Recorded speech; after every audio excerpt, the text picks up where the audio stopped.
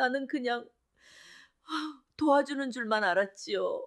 이렇게 될 줄은 꿈에도 몰랐습니다.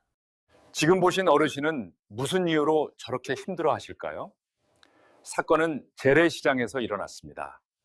요즘처럼 설 명절이 가까워지면 재래시장과 전통시장이 특히 복잡합니다.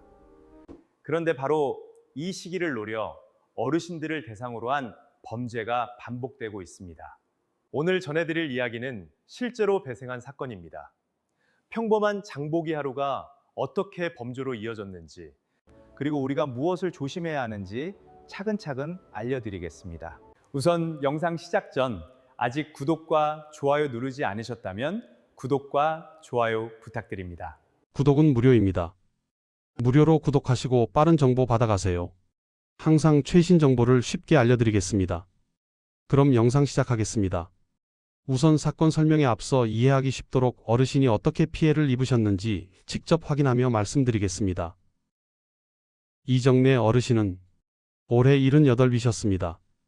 평생을 시장 근처에서 살아오셨고 장 보는 일만큼은 눈 감고도 할 수 있을 만큼 익숙한 분이셨습니다. 그날도 평소처럼 재래시장에 나가셨습니다. 설 명절을 앞둔 터라 시장은 유난히 붐볐습니다. 사람들 목소리, 상인들의 호객 소리, 비닐봉지 부딪히는 소리가 한꺼번에 뒤섞여 있었습니다. 어르신은 채소 가게에서 나물을 사고 정육점 앞에서 잠시 멈춰섰습니다. 그때였습니다. 옆에서 누군가 조심스럽게 말을 걸었습니다. 할머니, 괜찮으세요? 할머니가 돌아보니 젊어 보이는 여성이 가까이 서 있었습니다. 여성은 어르신 팔을 살짝 붙잡으며 말을 이었습니다. 사람이 많아서요. 혹시 넘어지실까 봐요. 그 말에 할머니는 별다른 의심을 하지 않으셨습니다. 시장에서는 이런 일이 종종 있었습니다. 여성은 자연스럽게 할머니 곁으로 바짝 다가왔습니다. 그리고는 뜬금없이 이런 말을 했습니다. 할머니, 혹시 2,000원만 좀 빌려주실 수 있을까요? 지갑을 놓고 나왔는데 집에 가는 차비가 모자라서요. 할머니는 잠시 망설이셨습니다. 그러다 그래, 어려운 사람이겠지. 하는 생각이 들었습니다. 그래서 가방을 앞으로 당기고 손에 있던 2,000원을 건네주었습니다.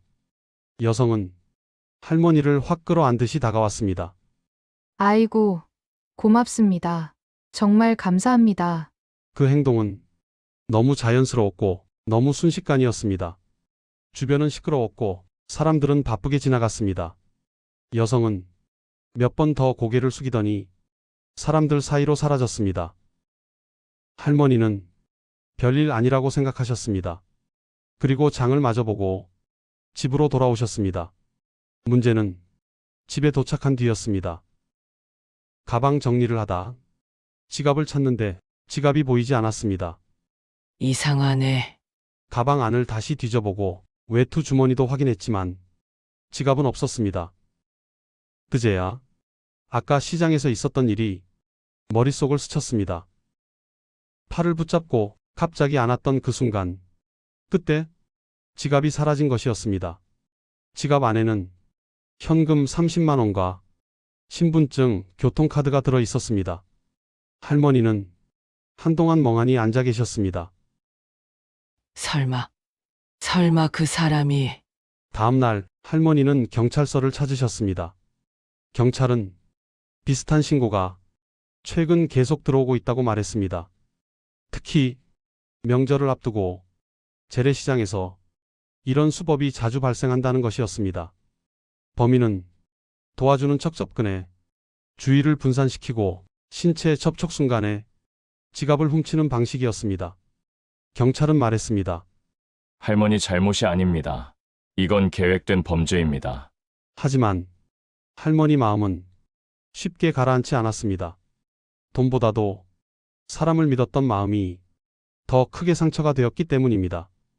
지금까지 들으신 이야기는 실제로 재래시장에서 발생한 사건을 바탕으로 각색한 사례입니다.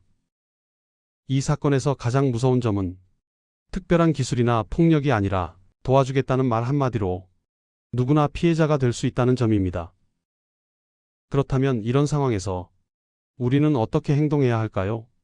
모르는 사람이 말을 걸고 신체 접촉을 시도하고 현금을 요구하는 순간 그것은 이미 단순한 친절이 아닐 수 있습니다. 지금부터 설명해 드리는 부분 잘 들으시고 꼭 이와 같은 상황이 발생하면 이렇게 행동하시기 바랍니다. 재래시장과 명절 기간에 가장 많이 발생하는 이러한 소매치기 수법은 일명 접촉형 소매치기라고 부릅니다. 이 범죄의 가장 큰 특징은 폭력도 없고 위협도 없다는 점입니다.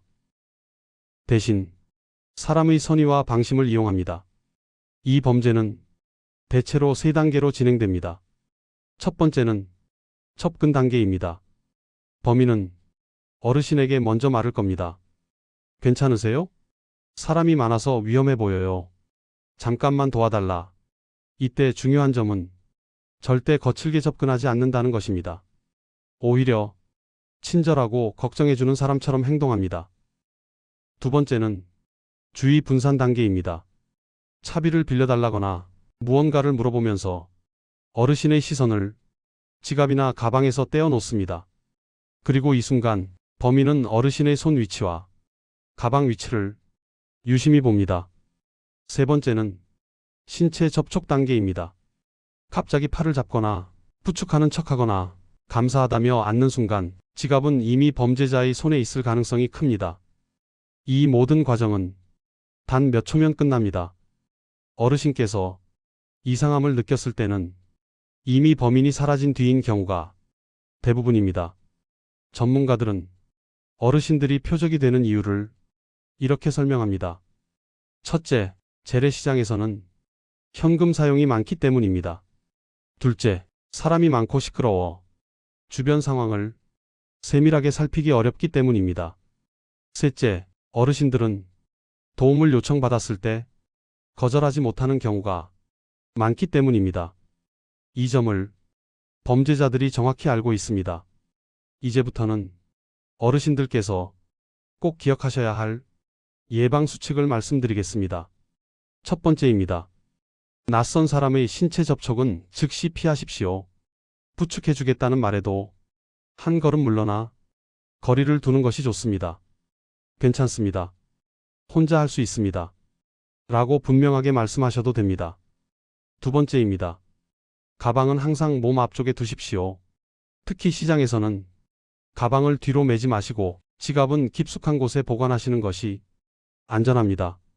세 번째입니다. 현금을 꺼낼 때는 주변을 먼저 살피십시오. 사람이 몰린 곳에서는 현금을 바로 꺼내지 마시고 가능하면 상인에게 카드 결제를 요청하시는 것도 하나의 방법입니다. 네 번째입니다.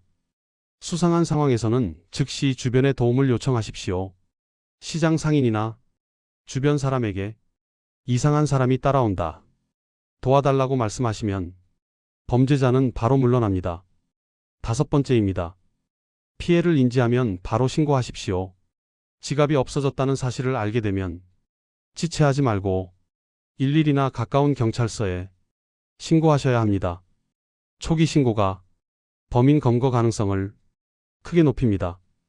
이런 범죄는 어르신의 잘못이 아니라 치밀하게 준비된 완벽 범죄입니다.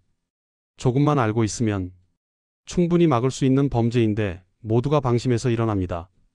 설명절이 다가오고 재래시장이나 복잡한 마트 등을 방문하시게 되면 꼭 기억하시고 예방하시기 바랍니다. 이 영상이 조금이라도 도움이 될 것 같다면 꼭 한번 주변에 공유해 주시기 바랍니다. 한 번의 공유가 한 어르신의 재산을 지키는 큰 예방이 될 수 있습니다. 아직 구독과 좋아요 누르지 않으셨다면 구독과 좋아요 부탁드립니다. 끝까지 시청해 주셔서 감사합니다.